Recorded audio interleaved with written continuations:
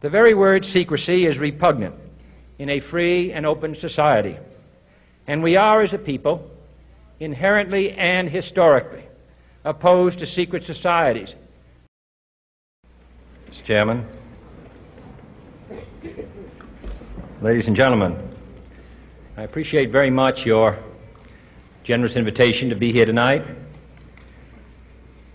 You bear heavy responsibilities these days, and the article I read some time ago reminded me of how particularly heavily the burdens of present-day events bear upon your profession.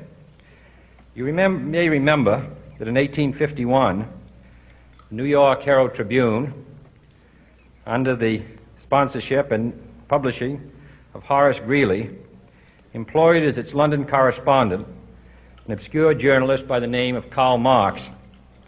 We are told that foreign correspondent Marx, stone broke, and with a family ill and undernourished, constantly appealed to Greeley and managing editor Charles Dana for an increase in his munificent salary of $5 per installment, a salary which he and Engels ungratefully labeled as the lousiest petty bourgeois cheating.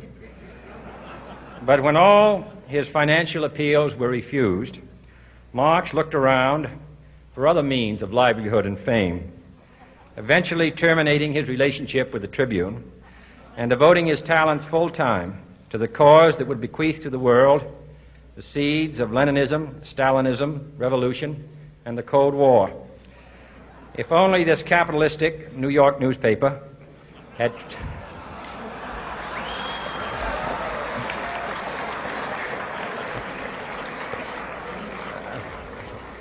treated him more kindly, if only Marx had remained a foreign correspondent, history might have been different. And I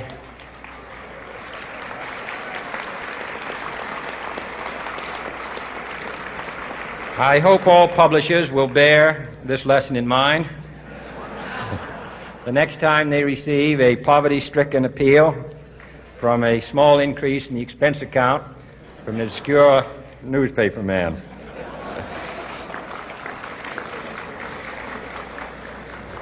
I have selected as the title of my remarks tonight, "The President and the Press." Some may suggest that this would be more naturally worded, "The President versus the Press," but those are not my sentiments tonight. It is true, however, that when a well-known diplomat from another country demanded recently that our State Department repudiate certain newspaper attacks on his colleagues, it was unnecessary for us to reply that this administration was not responsible for the press, for the press had already made it clear that it was not responsible for this administration.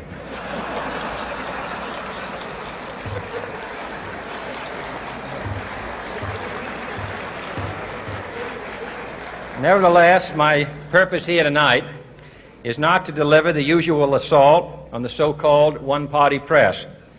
On the contrary, in recent months, I have rarely heard any complaints about political bias in the press, except from a few Republicans. Nor is it my purpose tonight to discuss or defend the televising of presidential press conferences.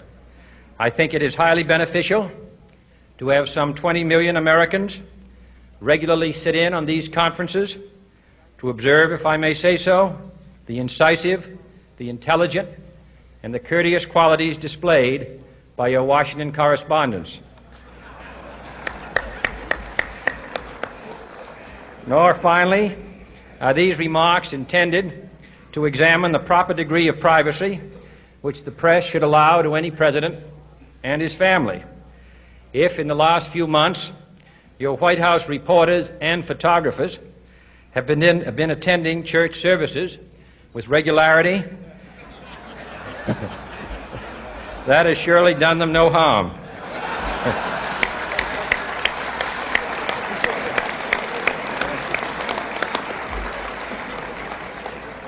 On the other hand, I realize that your staff and wire service photographers may be complaining that they do not enjoy the same green privileges, the local golf courses, which they once did. It is true that my predecessor did not object, as I do, to pictures of one's golfing skill in action, but neither, on the other hand, did he ever be a Secret Service man. My topic tonight is a more sober one, of concern to publishers as well as editors. I want to talk about our common responsibilities in the face of a common danger. The events of recent weeks may have helped to illuminate that challenge for some, but the dimensions of its threat have loomed large on the horizon for many years. Whatever our hopes may be for the future, for reducing this threat or living with it, there is no escaping either the gravity or the totality of its challenge to our survival and to our security, a challenge that confronts us in unaccustomed ways in every sphere of human activity. This deadly challenge imposes upon our society two requirements of direct concern, both to the press and to the President. Two requirements that may seem almost contradictory in tone, but which must be reconciled and fulfilled if we are to meet this national peril. I refer first to the need for far greater public information, and second, to the need for far greater official secrecy. The very word secrecy is repugnant in a free and open society, and we are, as a people, inherently and historically opposed to secret societies, to secret oaths, and to secret proceedings. We decided long ago that the dangers of excessive and unwarranted concealment of pertinent facts far outweighed the dangers which are cited to justify it. Even today, there is little value in opposing the threat of a closed society by imitating its arbitrary restrictions. Even today, there is little value in ensuring the survival of our nation if our traditions do not survive with it.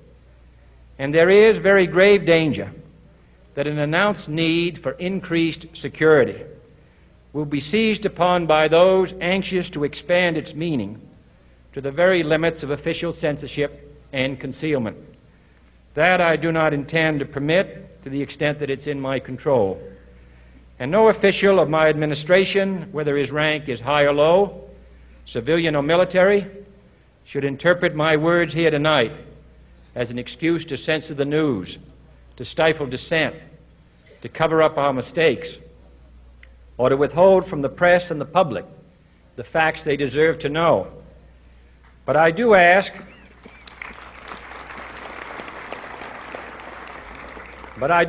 every publisher, every editor, and every newsman in the nation to re-examine his own standards and to recognize the nature of our country's peril.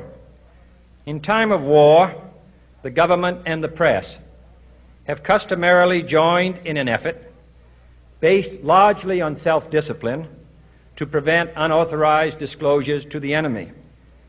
In times of clear and present danger, the courts have held that even the privileged rights of the First Amendment must yield to the public's need for national security. Today, no war has been declared, and however fierce the struggle may be, it may never be declared in the traditional fashion. Our way of life is under attack. Those who make themselves our enemy are advancing around the globe.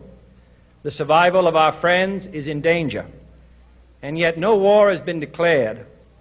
No borders have been crossed by marching troops.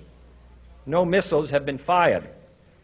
If the press is awaiting a declaration of war before it imposes the self-discipline of combat conditions, then I can only say that no war ever posed a greater threat to our security.